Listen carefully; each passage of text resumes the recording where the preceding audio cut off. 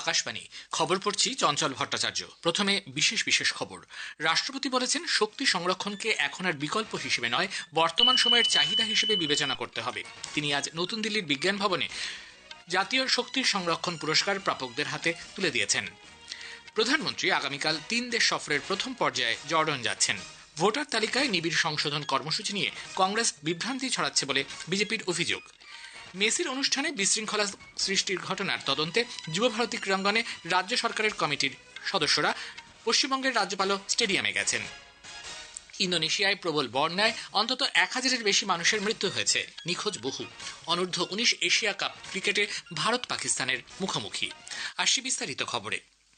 আজ জাতীয় শক্তি সংরক্ষণ দিবস। শক্তি সংরক্ষণের গুরুত্ব সম্পর্কে সচেতনতা বৃদ্ধি এবং দক্ষভাবে বিদ্যুতের ব্যবহারের সাফল্য প্রচারের জন্য প্রতি বছর এই দিনটি পালন করা হয়। রাষ্ট্রপতি দ্রৌপদী মুর্মু নতুন দিল্লিতে এবছরের জাতীয় শক্তি সংরক্ষণ পুরস্কার এবং শক্তি সংরক্ষণের ওপর জাতীয় চিত্রাঙ্কন প্রতিযোগিতার বিজয়ীদের সংবর্ধিত করেন। রাষ্ট্রপতি বলেন, শক্তি সংরক্ষণকে এখন আর বিকল্প হিসেবে নয়, বর্তমান সময়ের চাহিদা হিসেবে বিবেচনা করতে হবে। বিদ্যুতের প্রতিটি ইউনিট সংরক্ষণের মাধ্যমে প্রকৃতির প্রতি মানবজাতির দায়বদ্ধতা প্রতিফলিত হয় এবং ভবিষ্যৎ প্রজন্মের প্রতি সংবেদনশীল আচরণও এর মাধ্যমে ফুটে ওঠে। রাষ্ট্রপতি বলেছেন, ভারত জ্বালানি সংরক্ষণ এবং পরিবেশ বান্ধব জ্বালানি ব্যবহারের ক্ষেত্রে উল্লেখযোগ্য পদক্ষেপ নিয়েছে। নির্ধারিত সময়সীমার আগেই দেশ পরিবেশ বান্ধব জ্বালানির ক্ষেত্রে তার প্রতিশ্রুতি পূরণ করেছে। দক্ষভাবে জ্বালানির ব্যবহারের ক্ষেত্রে এবং কার্বন নিঃসরণকে নিয়ন্ত্রণের জন্য এটি এক গুরুত্বপূর্ণ অর্জন। भारत ने क्लीन एनर्जी की प्रतिबद्धताएं समय सीमा से पहले ही पूरी कर ली है।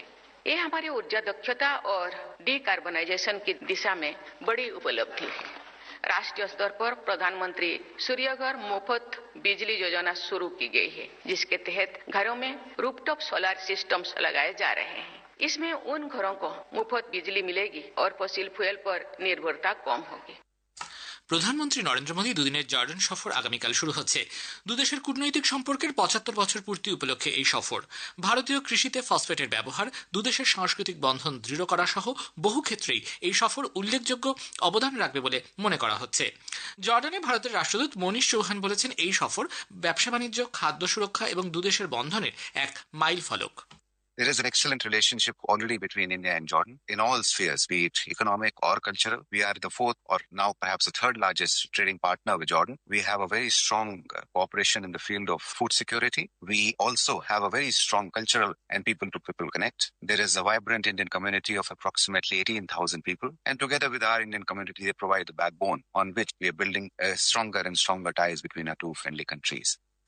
দ্রুত, সহজলভ্য ও বন্ধুত্বপূর্ণ সালিসির কথা মাথায় রেখে জম্মু কাশ্মীরে গতকাল অনুষ্ঠিত হল এবছরের চতুর্থ তথা শেষ জাতীয় লোক আদালত। জম্মু কাশ্মীর এবং লাদাখ হাইকোর্টের প্রধান বিচারপতি অরুণ পাল্লি ও জম্মু কাশ্মীরের আইনি পরিষেবা কর্তৃপক্ষের কার্যনির্বাহী চেয়ারম্যান বিচারপতি সঞ্জীব কুমারের পৌরোহিত্যে এই লোক আদালত আয়োজন করা হয়। সারা কেন্দ্রশাসিত অঞ্চল জুড়ে 186টি বেঞ্চে প্রায় 1,05,000-এর বেশি মামলার শুনানি হয়, যার মধ্যে 91,750টি মামলার সুষ্ঠু নিষ্পত্তি সম্ভব হয়েছে। ভোটার তালিকায় বিশেষ নিবিড় সংশোধন কর্মসূচি নিয়ে কংগ্রেস বিভ্রান্তি তৈরি করছে বলে অভিযোগ করেছে বিজেপি। নতুন দিল্লিতে আজ বিজেপির মুখপাত্র সম্বিত পাত্র বলেন, কংগ্রেস দেশের সাংবিধানিক প্রতিষ্ঠানগুলিকে অপমান করছে।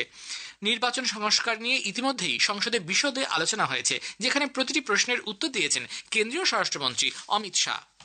कोर्ट में केस नहीं, इलेक्शन कमीशन में एक भी किसी बूथ के ऊपर कंप्लेंट नहीं, मगर आप रैली कर रहे हैं। यही दिखाता है कि हाथ में वास्तविकता नहीं है, मगर एक भ्रम की स्थिति उत्पन्न करने की चेष्टा आप लोग कर रहे हैं।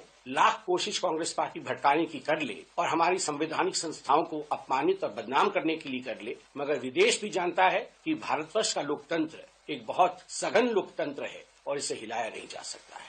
মধ্যপ্রদেশের চিতাদের নতুন আস্তানা হতে চলেছে বীরাঙ্গনা দুর্গাবতী টাইগার রিজার্ভ।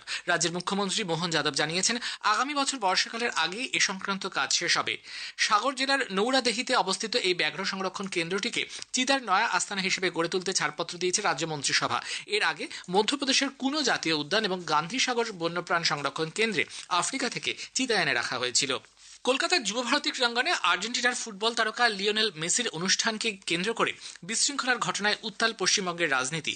ঘটনার বিচার বিভাগীয় তদন্তের আবেদন জানিয়ে বিরোধী দলনেতা শুভেন্দু অধিকারী রাজ্যপাল ডক্টর সিভি আনন্দ বোসকে চিঠি দিয়েছেন। এদিকে যুবভারতী ক্রীড়াঙ্গনের মেসিকে সৃষ্ট পরিস্থিতি অত্যন্ত দুর্ভাগ্যজনক এবং কলকাতার লজ্জা বলে বিরোধী সিপিআইএম এর পক্ষ থেকেও হয়েছে। মুখ্যমন্ত্রী মমতা ব্যানার্জি সামাজিক মাধ্যমে এক বার্তায় এই ঘটনাকে দুর্ভাগ্যজনক আখ্যা দিয়ে লিওনেল মেসি এবং সমগ্র ফুটবল প্রেমীদের কাছে ক্ষমা চেয়েছেন।